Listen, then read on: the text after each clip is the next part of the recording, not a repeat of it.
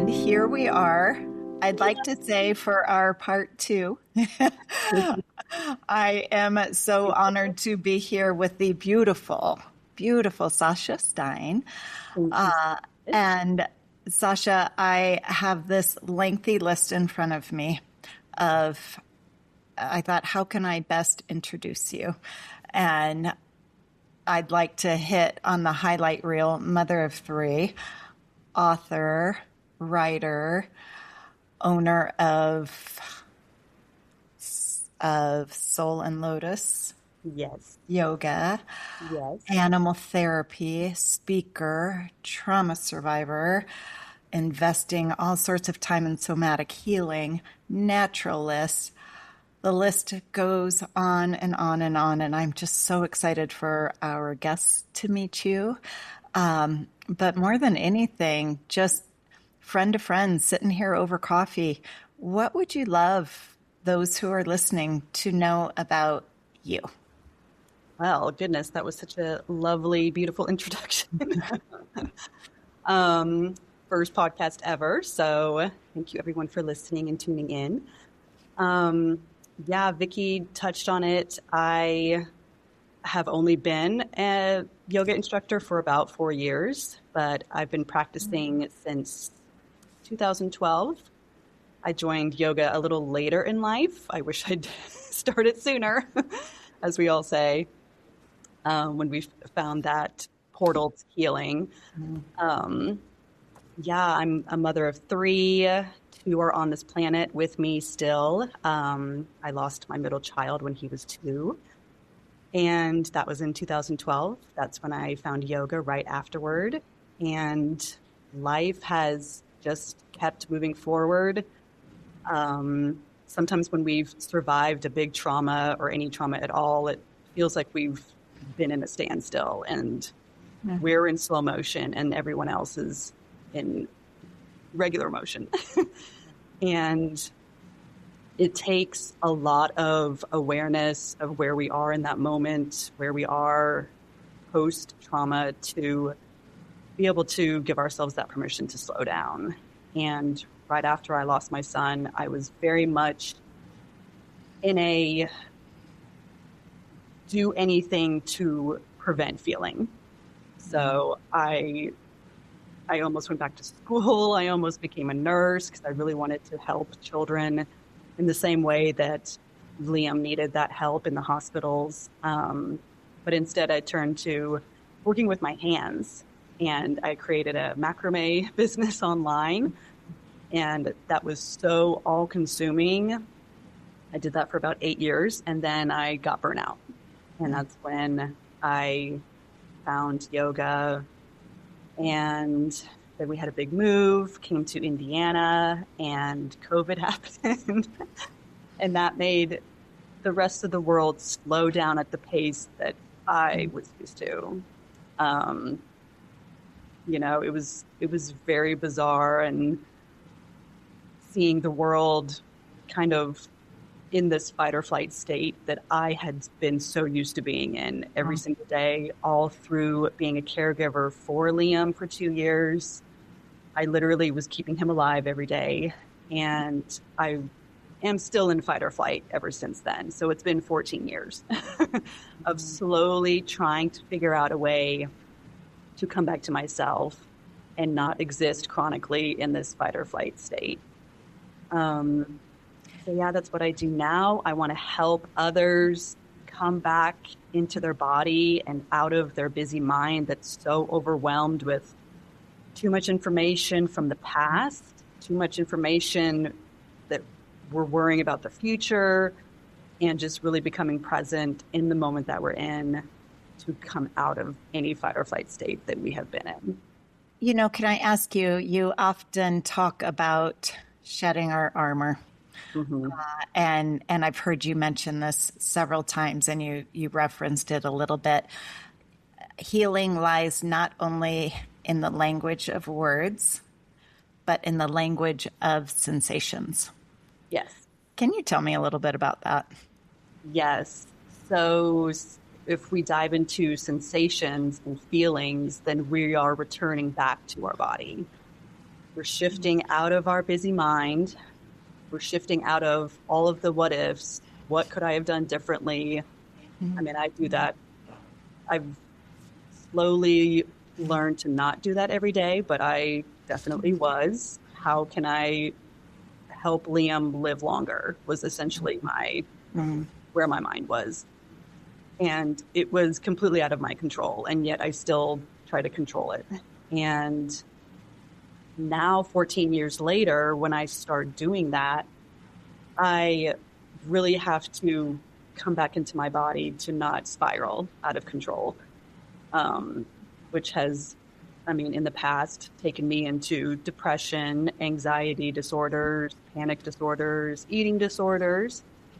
And now that I've been through years and years of practice of yoga and teaching to become an instructor and really understanding body awareness and embodiment, it has really helped me learn and teach. Everything I teach, I literally do for myself. So it's a lived experience that I'm actually sharing, because you never know who is walking through your studio, what everyone is carrying with them. So I try to share some techniques to help us shift from our mind to our bodies. So that's diving into the 5 senses. You could even sit in a room that's quiet and just slowly scan the room and maybe pick one color that you see in multiple objects around the room, or a shape.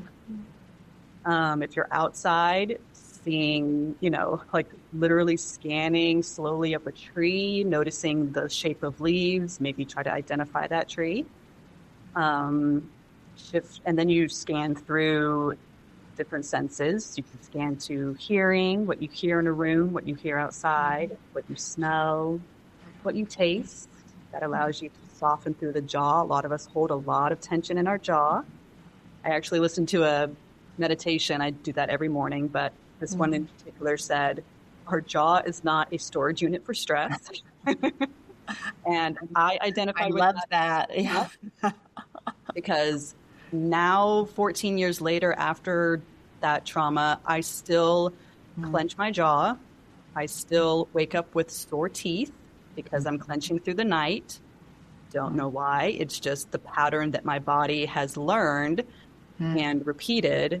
And it takes me, it may not take others this long, but it's taken me years and years and years to try to break that pattern of not clenching my jaw. And then the last one, our sensation for touch.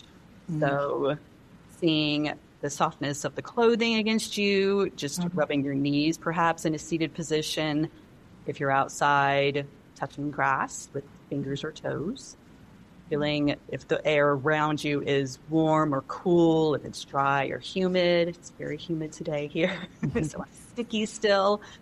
So yeah, those scanning through the senses is my first tool. And then we normally bring our hands to the body to really dive into those different sensations that we've just scanned through. I love on the things that you've touched, and much of the reach of our channel is to caregivers and parents and mothers and fathers who are walking through challenges with their children. But, I feel as though I say over and over again, this is so good to know, whether you are in crisis, whether life is just quiet and you are just clipping along as a caregiver or as a young adult. These are all just tools that really lie within. And I think with life, often they start getting buried because of busyness and distractions and trying to muscle through things versus, sometimes it's that hard place that we have to sit to really discover how to heal. And, I love, and I'm just so honored you're going to be joining us on our next retreat, because so much of what Rooted Within is about is finding everything that we have right at our fingertips. to be able to stand a little stronger and maybe a little steadier and know what to reach for. So, tell me, what would be that top tip you would give if a mother is tuning into this podcast from a hospital in the middle of the night, sitting next to a child's bed, in that moment where the heart is beating outside of our chest, which many of us can understand, having walked through difficult times? What would be that one thing you would try to instill upon her to just help her regulate that nervous system a little bit? I have been there in that hospital room late at night.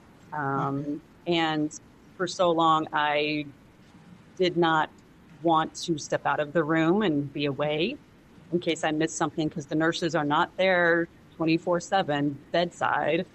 So if there's a spike in a heart rate, a lower of breath rate, respiration rate, then I felt like I needed to be on alert, on guard, bracing for impact every minute.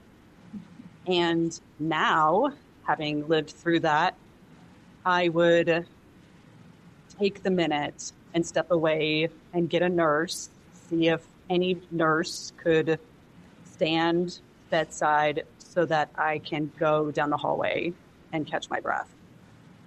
That asking for help is so not in our nature during that period where we're a caregiver. And now I wish I'd asked for moments to myself a little bit more often. Well, and I think you just really touched on something that is so important that many of us forget about, and that's just the power of the breath alone. And I had rapid heart rate, rapid breath. My husband, not being a yoga person at all at that time, actually had to sit down with me and tell me to take a deep breath in. It was so ragged and I could not catch my breath at all. And he really helped me with my breath work. I don't know if that was his physical training in the military. I don't know what it was, but he knew. And now I know, only because of yoga, that we can bring our awareness into the body, into the lungs, and notice what it's doing. Notice if the breath is scraping by, if it's really, really shallow. And once we could even bring our hands to our heart and a little pressure and just really focus on bringing in an inhale so super slow. And the more we practice that, the more lengthened it can be. And we can let out that exhale, not as short, but like a really long, slow, deep exhale. And those inhales and exhales, the slower they are and the lengthier that they are, those are all signals of safety to the brain that in this moment we are safe. The brain thinks that the body is in imminent danger. Like there is a bear nearby. We are bracing for impact, like we see it coming and we need to run. But that's actually not what's happening. We're still in that fight or flight, but it's just different from those outdoor wildlife explanations. It's a different fight or flight with our child, but the effect works just the same. Well, I appreciate the fact that I love the fact that you referenced a bear, because I am in the mountains right now, and believe me, I am alert.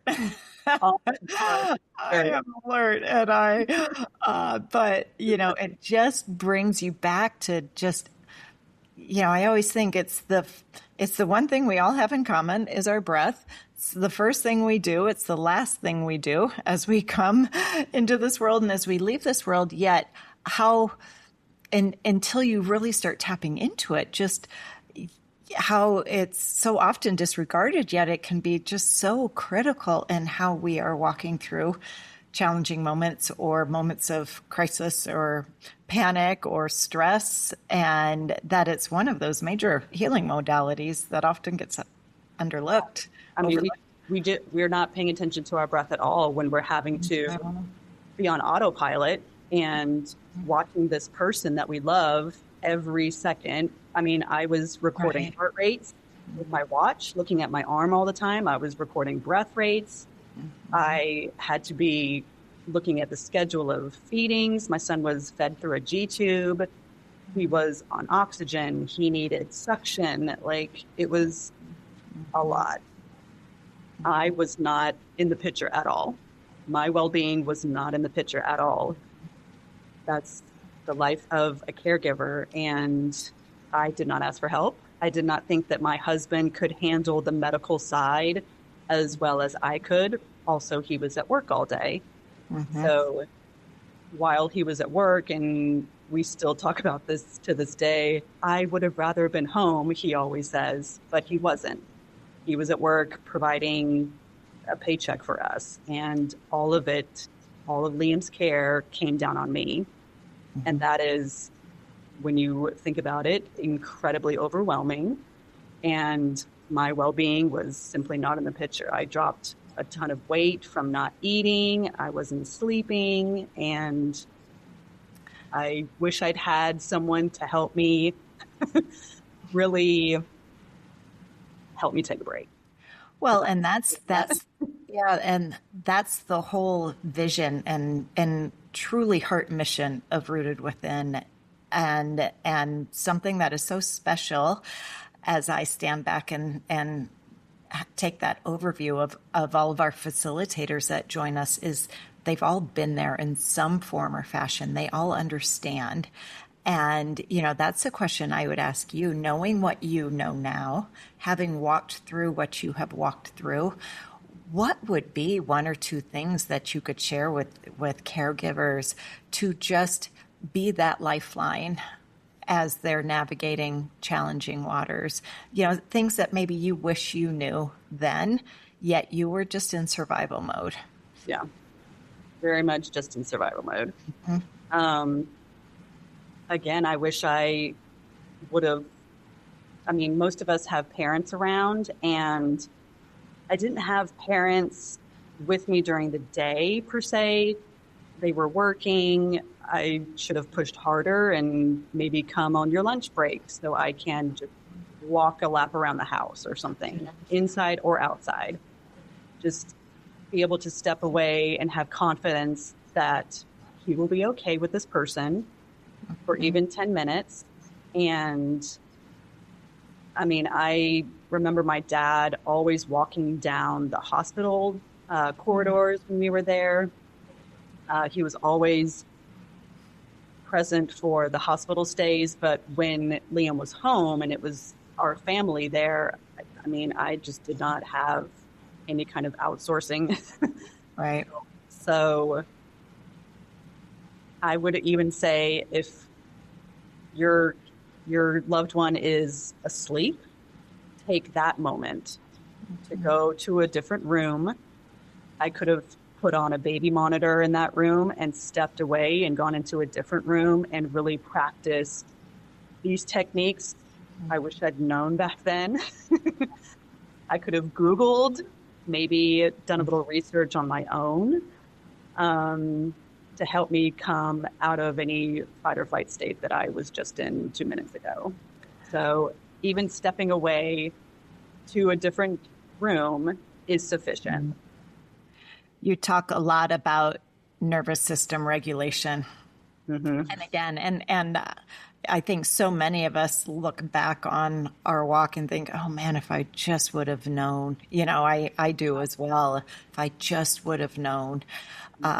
And nervous system regulation was certainly not part of my smorgasbord of tools at all. But, how can that bring just almost an instantaneous moment of calm? And, I always like to also note, none of this takes the heart away or fixes. Yet not expensive. It's all free. Right. And what can we do? Run to our therapist, but I wasn't seeing a therapist then. There wasn't time for me to step away from Liam for an hour. So even I wish, there's child life specialists at the hospital. Right. I wish there had been a somatic nervous system specialist to come in and work with parents. Right. That's what I really wish, because that would have been the fastest way to learn all of these techniques. Right. I mean, when we're at home with our being a caregiver with our loved one, we can't exactly do all this research on the computer, Right. But. Well, and that's very much our hope within our Rooted Within community is, again, to just begin helping people experience different modalities that they can carry with them wherever they go, whatever time of day, whether you are humming along in life or maybe in the thick of it, to just learn. And I speak of it often, but I often remember child life specialists coming through or social workers coming through and saying, "What do you need?" And I would just be like, "I need something. I just need something." And I didn't know what that was, but I just knew I needed help. Yeah. And again, that's very much the lived experience for Rooted Within, is just to help be able to offer or just open that door for caregivers and parents to, again, I wish we could make it go away. I wish we could fix, but we know we can't yet. Okay, what can we help offer, introduce, so you can step back into that room, maybe feeling a little more grounded, or with maybe a little air in your lungs. And something I really want to touch on with you also is, also to be able to provide that community for our guests and our listeners and those who join us in our retreats, because it can become very isolating to be walking hard paths. And I know you've experienced it. I certainly know I've experienced it. It's hard to find people who understand. Yeah. And, so how would you recommend you work through that? Because a lot of people just don't understand. Yeah. Even to this day, I still have, there are certain people that I can kind of get a vibe from that I feel safe sharing what happened. Right. And most of the time, 14 years later, I have kept this all to myself, because I've learned when I did share, it was incredibly alarming for other people to hear it. And so I noticed that and chose not to be brave and to just sit in. And not fight that battle. A friend of mine, whenever she was in the hospital last year with her son who had a brain tumor, she would call me, and she was actually walking around outside, which is something I did not do when my son was in the hospital. So she learned something to help her. She's always been a walker. I've always loved the outdoors as well. That's my biggest way to reconnect to myself in that moment, is to step outside. But I just was not doing that for myself then. So she's really leveled up a little bit on her experience, which is amazing. Finding community is really hard. I did not have a physical one. I found a group on Facebook that had parents with children who had brain disorders, epileptic disorders that were similar to Liam. Liam was never properly diagnosed, but he had those symptoms. So I had an online support. No one was near me. They were all over the country. I maybe would have reached out with our social worker, our hospital, and maybe tried to find a physical support for that. And I think it's really, it's such a personal, it's such a personal walk of, making sure you have that reach and that touch on people, yet also protecting that space, and and I know that's a real struggle and balance. And yet what I hope more than anything within our Rooted Within community is for people to know that you are not alone. Mm-hmm. And maybe that means being alongside someone that you want to talk and share everything with, or not even saying a word, but just knowing that you are loved and you're held, and there are people surrounding you regardless of what you need to do for your heart. And for some people, it's being a talker, and for others, it's just holding it and protecting it. And there's no right or wrong way, but to just know that you're not alone. Yeah. You talk a lot, and you've mentioned it and have referenced it several times, but how you like the concept and you really lean into the concept of marrying yoga with the outside world and the natural world. And I love that. I love that concept because I personally have experienced so much healing being outside and fresh air and the trees and the green. Yes. Share with me kind of your, how you embrace that either within your practice or teaching it to others. Yeah. I mean, our heart chakra, energy center in your heart, is green. And it's the bridge between our root and our crown. It's the bridge between heaven and earth. All of this love and compassion is green. And I think that is not a coincidence when we step outside and we are reconnected to all of this green, that we feel more at peace. Our breath starts to slow down. Our heart rate starts to slow down. Our shoulders melt down from our ears. All of the muscles around our spine begin to ease and relax. We might even lay down in the grass to just take this big inhale and this big exhale. And I really think that is why our human body is woven throughout the fabric of our planet. We don't think of being connected to dirt, to soil, to plants, to animals and trees, but we are. We are an animal species. We're connected to other humans, even though we have been taught that we are disconnected from each other. And I really love practicing yoga outside. People love running outside, walking outside. There's no coincidence that it is incredibly healing. I also have a strong connection to loving animals. I teach yoga with horses nearby. Horses is a whole other nervous system regulation relationship that we should have our own episode for, probably. Yeah, part 2, actually part 3 for us. For some of us, that's cats. For some of us, that's dogs. I love my really big dogs. They're like little horses. So that's probably why I always have big dogs. Finding that soul, that heart connection with another living thing, another living being that has feelings, that has a nervous system. Horses are herd animals, so they need to be connected to other horses to feel safe. And we are exactly the same. Wow, that's so beautiful.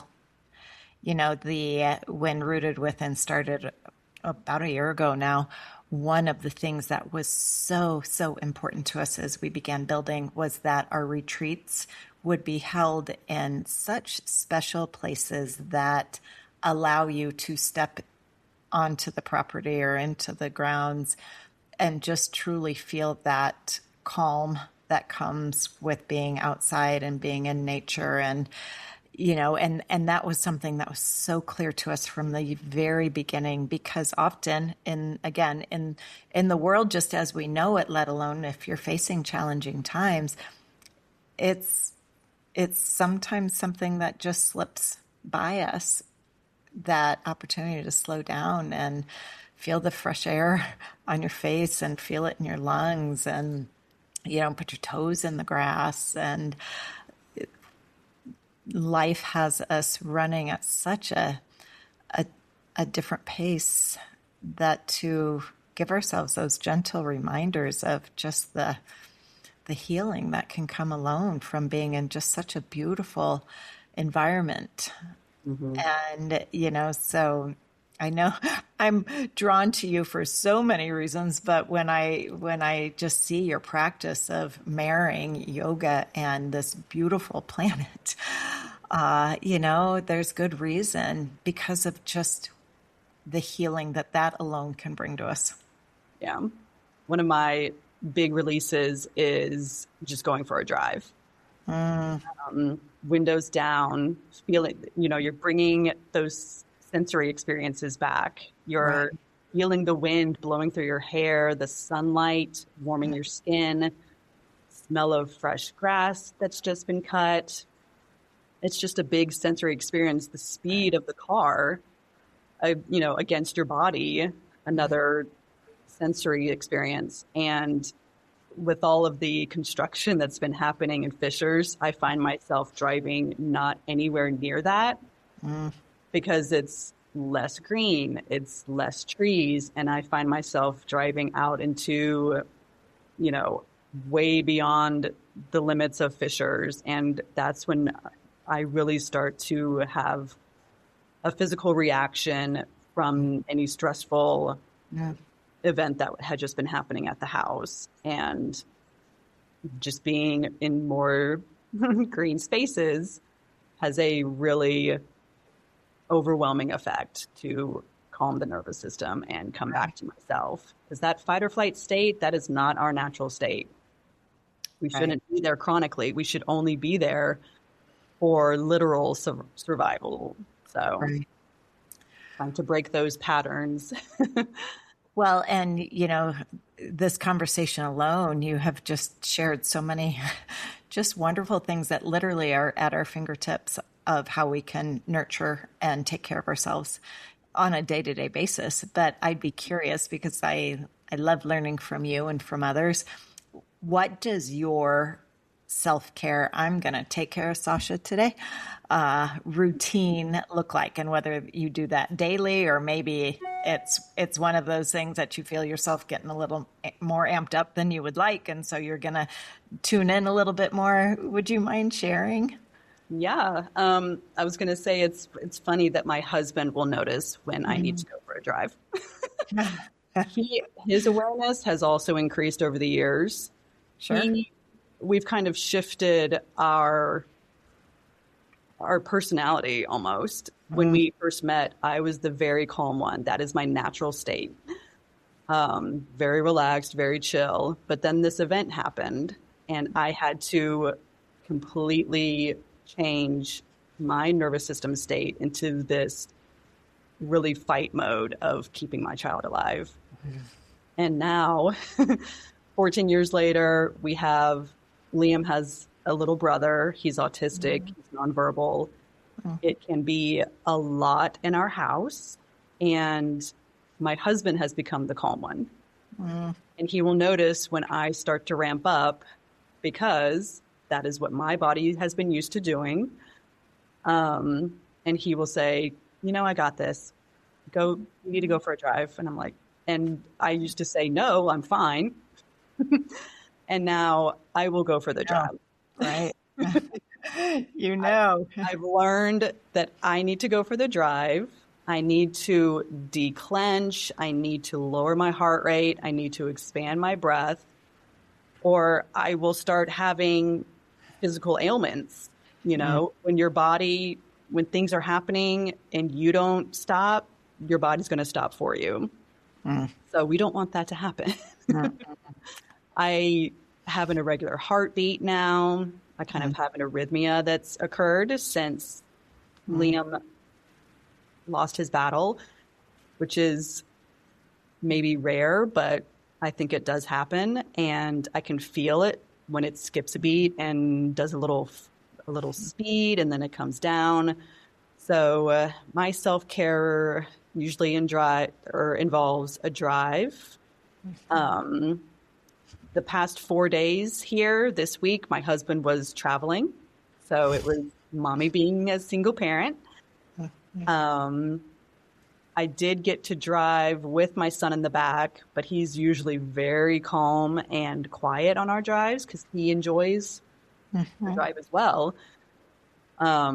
my son, I'm not sure, I'm not going to say this for every autistic child, but my son is very in tune with his sensory experience. So when his senses are completely in overdrive, he will react, and that hum of the car, and he will ask for a window down. He needs that. He knows innately that that wind against him will calm him down.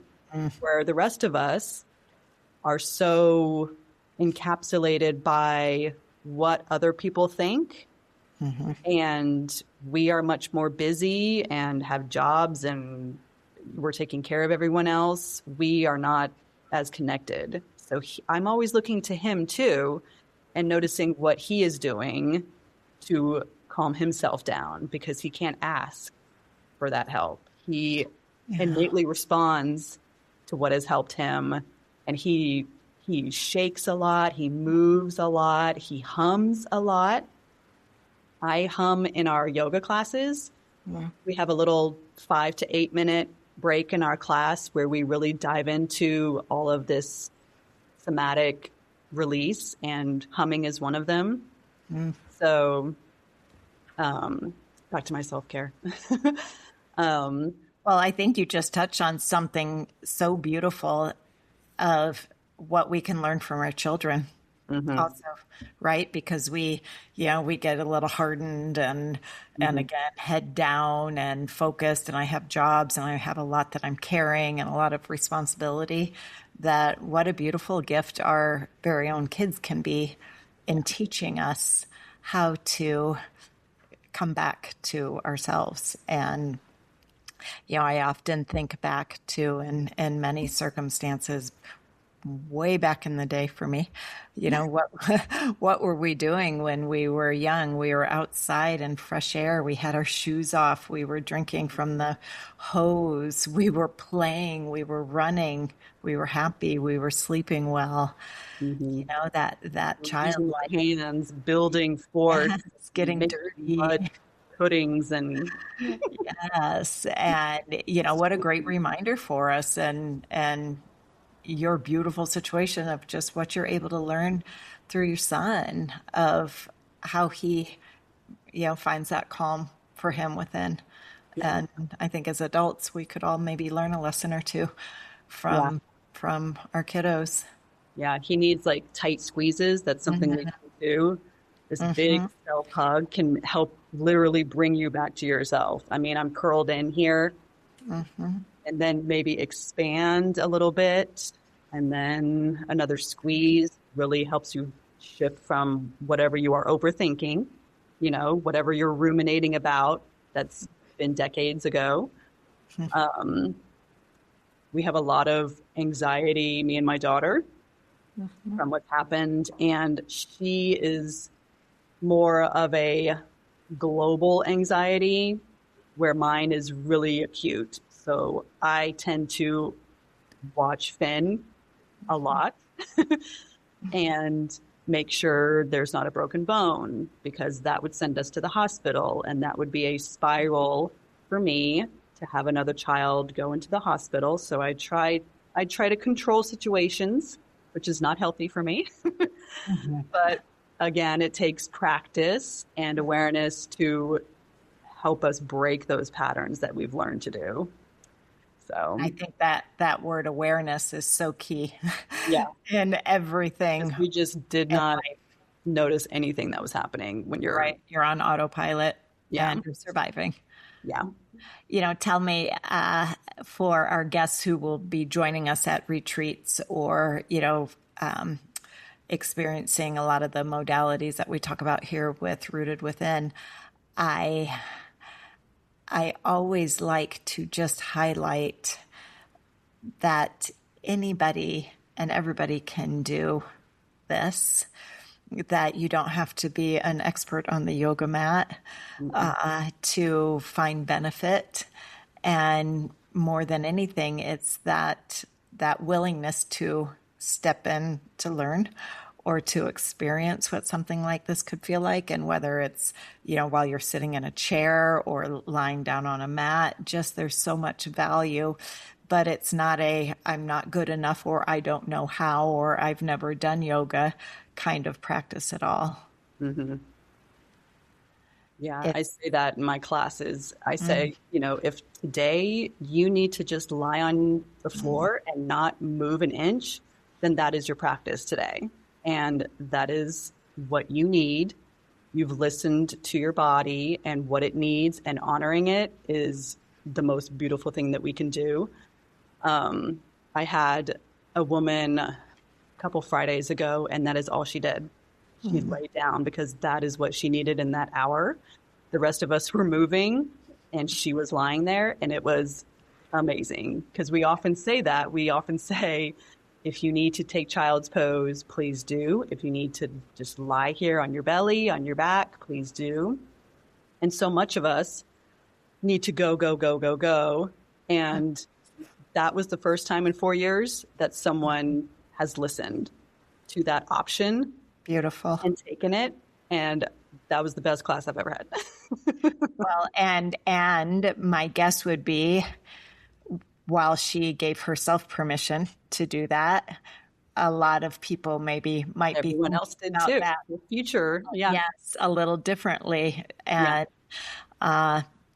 it's that giving yourself permission to see what you need and to listen to your body. And I'm just so glad that woman experienced that in your class. And you certainly bring that about just in who you are. And, for all of us to practice that is a whole nother thing. Mm-hmm. I would love the instructor needs to listen to her own advice as well. That's too. Like, we are imperfect as well. I've never laid down in a class when it's been the option's been given. I have a lot of stiffness in my spine, my low back. So I'm often, movement is going to help me feel better. Mm-hmm. But one day I will take the option. Well, and like everything in life, we're constantly learning and evolving and listening. I just don't think we ever really arrive thinking, okay, it's all downhill from here, right? So it's a continual and ongoing lesson in life. Yes. And I'm just so excited for our guests to spend time with you in October at this next upcoming retreat. But I would love to ask you if you could be sitting across the table at this very moment with a caregiver who is truly at that place where she's just holding on, she or he are just holding on, and the days are long and the nights are long and sleepless and all the things. What is that one message you would like them to hear from you? Honestly, I would give them my phone number because that was never, ever given to me. If you need to talk, I am here. We do not have to experience the exact same thing for us to support one another. So often, we hear of, oh, well, what happened to me isn't as bad as what happened to you. And then we disconnect and we failed to reconnect again. Honestly, that would be the very first thing I did, was offer a tangible support of my phone number. And you can text me at any time. Then I would ask her if she has any support around her that can come to her and allow her to take that 5, 10, 15-minute break. Because she might be like me and will not even think about that. Right. Well, and more than anything, for everyone to understand, it doesn't need to be these huge radical changes. It can be those micro moments that you allow yourself throughout your day, throughout your night, that can just continue to help put that air back in your lungs. And, the small steps will just keep you moving forward. Yeah. I mean, I'll just go lay down and put a track of music on. Right. And because that has connected my sense of hearing, I'm back in my body. and not thinking and overthinking and spiraling. I love learning from you. And everything you bring to the table, and just such beautiful conversation. And, as many know on this channel, we're nothing but transparent here. And I do have to share, this is our take 2 with Sasha Stine, because our first recording, which was out of this world as well, and I hope you all feel the same, was so special, yet our audio internet, there was something a little wonky.